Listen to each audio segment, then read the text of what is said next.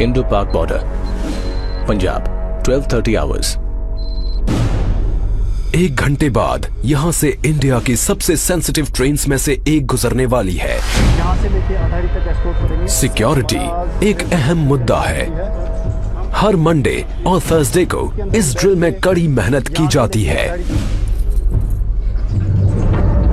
BSF की responsibility है कि पहले जब गेट खुलेगा तो एक पार्टी गेट के आगे जाएगी, गेट के आगे का इलाका सर्च करेगी, किसी प्रकार की सस्पेक्टेड कोई चीज छुपी तो नहीं है वहाँ पे।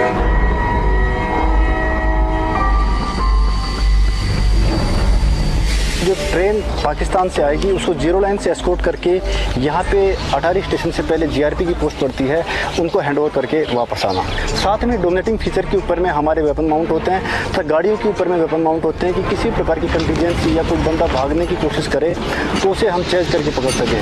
अटारी का high profile busy border Punjab के दूसरे बॉर्डर एरिया से बिल्कुल उलट है। इसकी उपजाऊ जमीन की वजह से पंजाब को इंडिया की ब्रेड बास्केट भी कहा जाता है। इसकी थोड़ी सी जमीन इंटरनेशनल बॉर्डर और फेंस के बीच में पड़ती है। एज अ किसान गार्ड बीएसएफ के जवान फार्मर्स की तलाशी लेते हैं, ये देखने के लिए कि कहीं कोई इलीगल एक्टिविटी तो नहीं चल रही। यहाँ पर जो फेंसिंग है और जीरो लाइन के बीच में 200-250 मीटर आगे तक किसानों का जमीन है। आगे हमारे जिस टाइम किसान जाते हैं उनको प्रॉपर हम चेक करते हैं और उनके साथ हम सुरक्षा गार्ड आगे भेजते हैं ताकि ऐसी जो सामान जो पाकिस्तान की तरफ से जैसे कि तस्करी का सामान होता है, हीरोइन वगैरह होता है और हथियार हमेशा हमारे कंट्री के अंदर नहीं आ सके। पाकिस्तान और साढ़े नज़दीक ही है, नाल खेती उनकी है, नाल खेती आपकी है, कोई दिक्कत नहीं, कोई खौफ नहीं, उनका काम करते हैं, खेती वधिया। बीएसएफ अपने हमारे साथ है, जिथे जायदा नाल जाते हैं पूरा अपनी निगरानी रखते हैं, पूरा ध्यान रखते हैं। थोड़ी थोड़ी दूरियों पर भी बॉर्डर एरियाज एक दूसरे से बहुत अलग नजर आते हैं।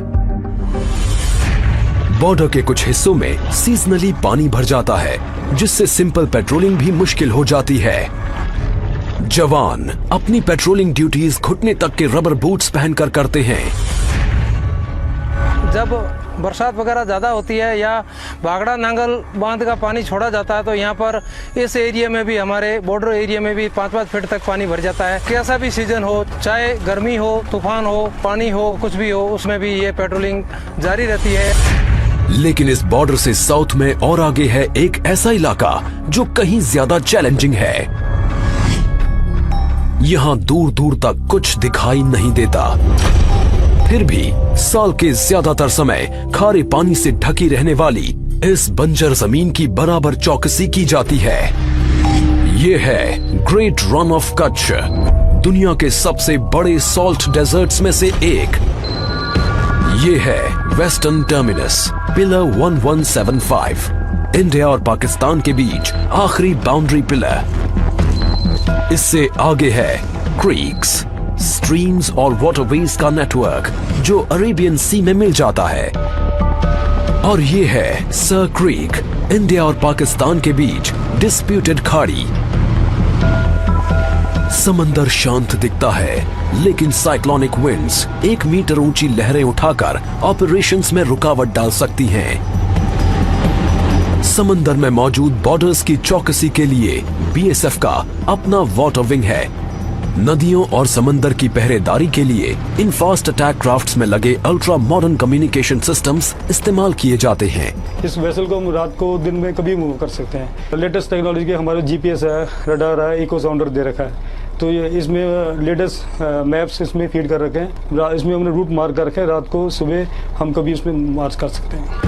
सावला पीर क्रीक्स में ये एक ऐसी लैंड आउटपोस्ट है जो कई किलोमीटर के इलाके में हाईएस्ट पॉइंट है। बॉर्डरमैन हाई बूट्स और एंकलेट्स पहनते हैं ताकि उनके पैर जानलेवा सांपों से बच सके। वो इस वीरान पोस्ट पर साल के 6 महीने निगरानी रखते हैं। इसकी स्ट्रेटेजिक इंपॉर्टेंस बहुत ज्यादा है और इसकी वजह है पाकिस्तानी एक्टिविटीज। क्रीक्स के आसपास कीचड़ और दलदली जमीन पर दिन में 2 बार आने वाले हाई टाइड्स की वजह से पानी भर जाता है। इस जियोग्राफिकल चैलेंज को कंट्रोल करने के लिए स्पेशल स्किल्स की जरूरत होती है और ये क्रीक क्रोकोडाइल कमांडोज पानी और दलदल दोनों में काम को बखूबी अंजाम देते हैं। क्रीक्स में आने के तमाम रास्तों से घुसपैठ का खतरा बना रहता है। पड़ोसी की पकड़ी गई ये बोट्स इलाके की स्ट्रेटेजिक इंपॉर्टेंस की तरफ इशारा करती हैं। ऐसा इलाका जहां बॉर्डरमैन का इम्तिहान उस पार बैठा दुश्मन ही नहीं, यहां की जमीन भी लेती है। हजारों किलोमीटर दूर इंडिया के ईस्टर्न फ्रंट पर पड़ोसी बांग्लादेश का रुख दोस्ताना है, लेकिन फ्रेंडली बॉर्डर की पहरेदारी में अलग तरह के चैलेंजेस होते हैं, जैसे कैटल स्मगलर्स,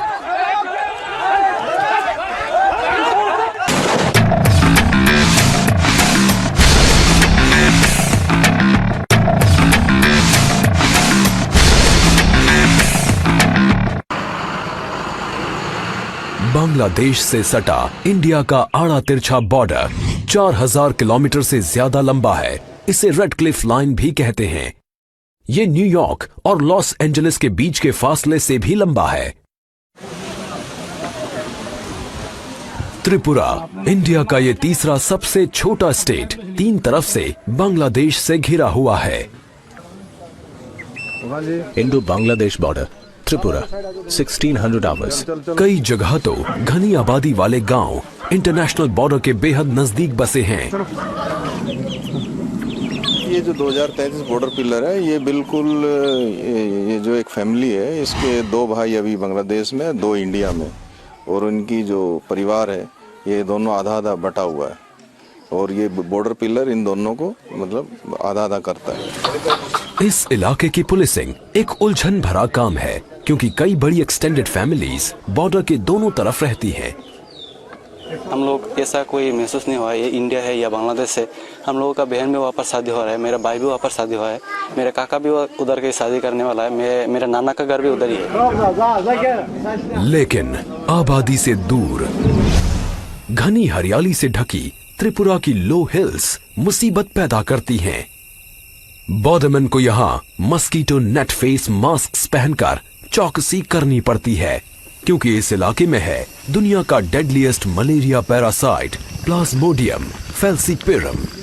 लोकल इसकी ट्रीटमेंट का कोई यहाँ पर प्रावधान नहीं है, और हम लोगों को इन बंदों को जो है हेप्टर से इवैक्यूएट करना पड़ता है, और चूँकि यहाँ पर रोड कनेक्टिविटी नहीं है, और इस वजह से जो है इसमें कई बार ले जाने में काफ़ी दिक्कत होती है, और बंदा लेट होने से जो है उसकी जान भी जा सकती है।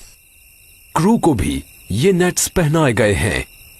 ये यूनिफॉर्म्स लाइफ और डेथ के बीच बारीक शील्ड का काम करती हैं, और ये खतरनाक इलाका ही इनका असली दुश्मन है।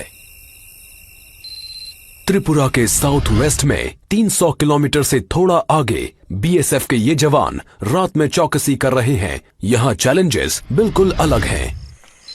North 24 Pargana district, west Bengal, 200 hours. Thermal imager पर सस्पिशियस मूवमेंट पकड़ी जाती है। मैंने हैंड हेल्ड थर्मल इमेजर के मॉनिटर पे अभी देखा कि आईबीबीआर 500 मीटर पीछे जाम खड़े हैं। 10 से 15 कैटल का मूवमेंट है, और उनके साथ लगभग 20 से 25 लोग भी हैं जो आईबीबीआर की तरफ बढ़ रहे हैं।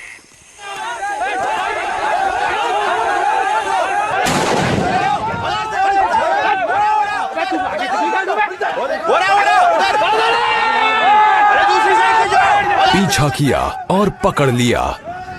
इंडिया बांग्लादेश बॉर्डर के 1/4 हिस्से पर फेंस नहीं है। इसी वजह से इन इलाकों में बहुत ज्यादा कैटल स्मगलिंग होती है। 2014 में लाखों डॉलर कीमत के करीब 20 लाख कैटल बॉर्डर के पार स्मगल किए गए थे। बॉर्डरमैन की स्ट्रेटेजिक पेट्रोलिंग टैक्टिक्स की वजह से अब स्मगलिंग में तेजी से कमी आई है। वेस्टर्न बॉर्डर की ही तरह यहां ईस्टर्न बॉर्डर पर जमीन पर सिर्फ बोट्स ही नहीं होते। बीएसएफ का specialised water wing bay of Bengal के आसपास के तमाम वाटर चैनल्स को मॉनिटर करता है। Sundarbans, west Bengal, 10 hours. लगभग 10,000 स्क्वायर किलोमीटर्स इलाके में फैला सुंदरबन का आकार तकरीबन जमाइका जितना है। इसमें से आधा इंडिया में है और बाकी का बांग्लादेश में। यहां बीएसएफ तय काम को अंजाम देती है।